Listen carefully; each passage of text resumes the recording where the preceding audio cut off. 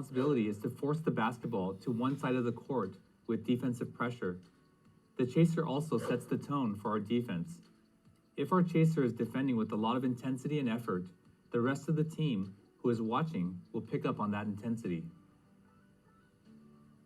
Some characteristics I look for in a chaser are great anticipation. They should be relentlessly going for deflections whenever a pass is attempted, athletic ability and speed to change direction quickly, and to have a big motor or endurance, because they'll be covering a lot of the court in this zone. The next position to select is our center.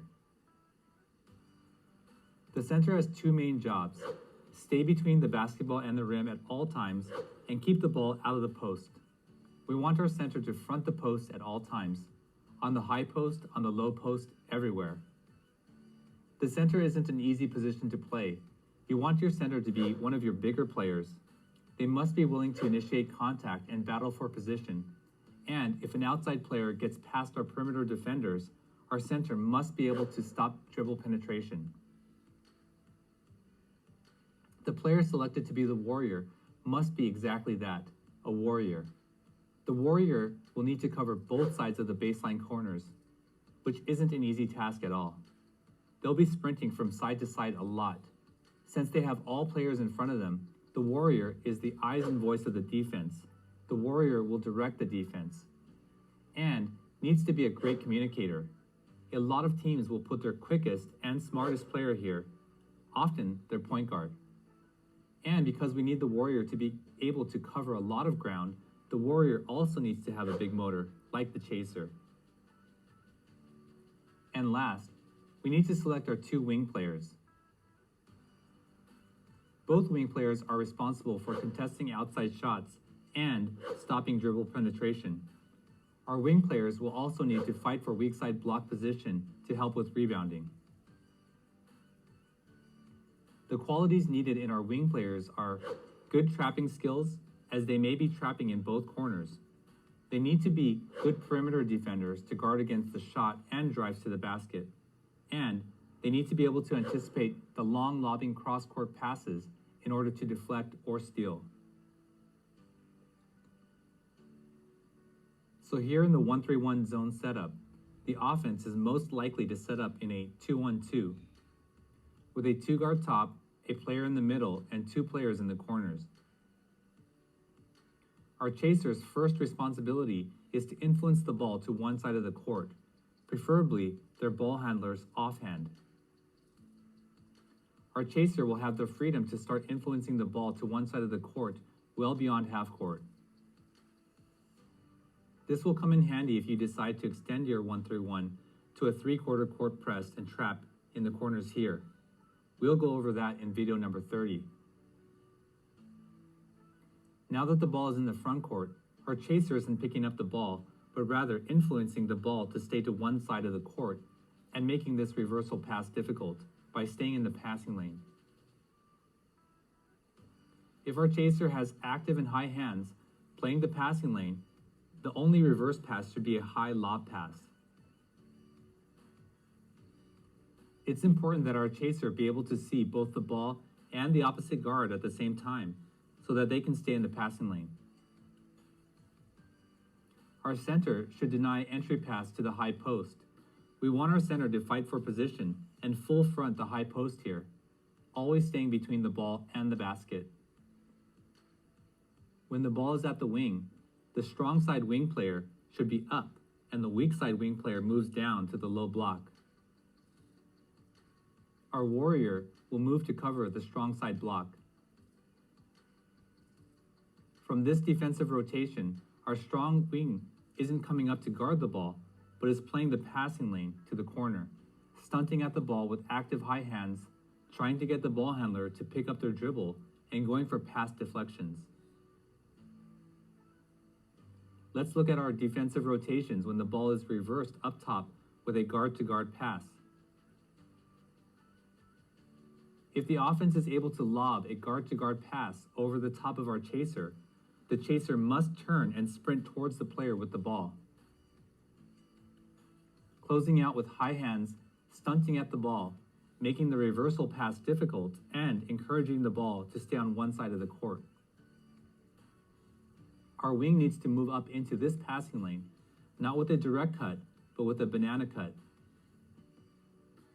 The banana cut helps to defend against the quick pass to the corner from the wing. Our center must stay between the ball and the basket and continue to battle for position and deny any high post pass entry. Once the ball is reversed up top and when the pass is in the air, our wing player moves down to the low block and our warrior rotates over to the other block. Practice this defensive rotation for guard-to-guard pass up top until it becomes automatic. Everyone needs to have active and high hands. Remember, what makes the 1-3-1 unique is how we play these passing lanes. Make passes difficult and aggressively go after deflections. Let's look at our defensive rotations with dribble penetration from the wing. If there is dribble penetration from the wing, our chaser and wing will squeeze here to stop the penetration, along with the help from our center. When the chaser and wing squeeze, they're only looking to stop the penetration, then quickly retreat, getting back into the passing lanes. By stunting and playing the passing lanes instead of guarding an individual player, we will aggressively go after steals and tipped passes. If our wing players beat off the dribble, our center must step up to stop penetration to the basket. If both our wing and centers beat off the dribble, our warrior is there and must be willing to take a charge. Defending the corner. With the ball at the wing and the high post entry covered, the ball may move to the corner on a pass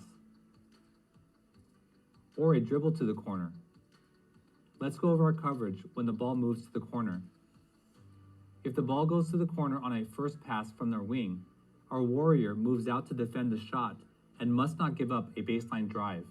The center moves to the low block to stay between the ball and the basket, and our chaser moves to cover the strong side elbow. Our strong side wing will continue to stunt at the ball and stay in the passing lane to make this pass difficult.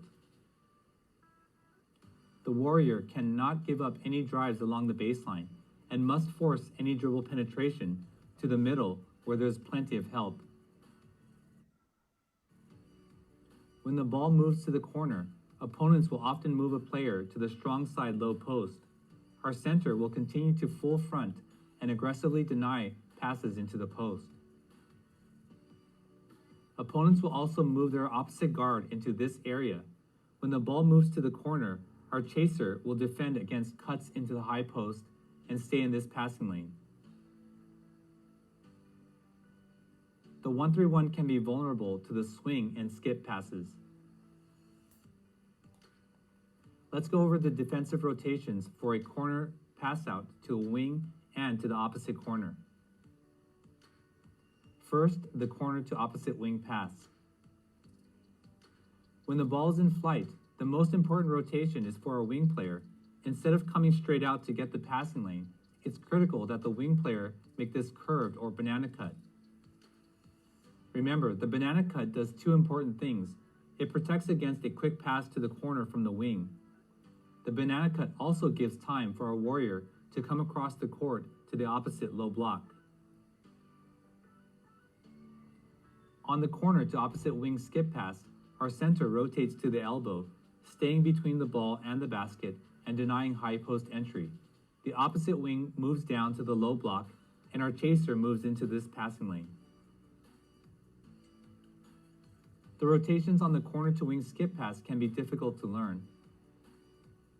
Practice this rotation and the next until they feel automatic. Now let's go over the defensive rotations with a corner to corner pass. When the pass is in the air, our weak side wing is going to banana cut again to give time for our warrior to get all the way across the court. Once our warrior is there, they will move up and get into this passing lane.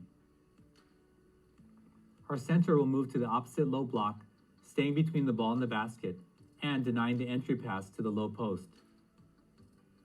our wing will move down to the low block, and our chaser moves to the opposite elbow to guard against high post entry from this wing.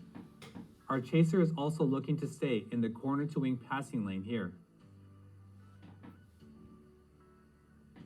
A skip pass from corner to corner is rare, but you will see it. It's a difficult pass to make, and the rim being in the way makes this pass even harder to complete. Practice defending the corner to corner pass coverage until it feels automatic for your team. Defending the high post. Our center is our main defender against passes to the high post, but sometimes passes will get in there. The high post is a dangerous place for the ball to be in our 1-3-1 zone. From there, they can drive to the basket and they can pass anywhere on the court. When the ball goes into the high post, we want the ball to be out of there as soon as possible. Our chaser will go double team the high post and harass the ball, and our two wings will come to help against any drives or cuts from the corners. Once our wing defenders come down to help against the drive, we still want them to make the corner pass difficult by getting their arms into the passing lane. The only pass we want from the high post is back out to one of their guards. Defending the low post. If we're running our 1-3-1 well, we won't have to worry much about defending the low post. Once in a while, the ball will go into the low post. If it does, we want our center to defend the middle, and the warrior will come to help. Our goal in defending the low post is to have the ball pass back out quickly. With our wings and chaser in these passing lanes, the most frequent outlet will be back out to the corner. The warrior must be ready to come close out on this pass to guard against the open shot. Hey everyone, thank you so much for watching my video. If you like this, leave a like. If you like the content, please subscribe. In this video, we covered how to run the 1-3-1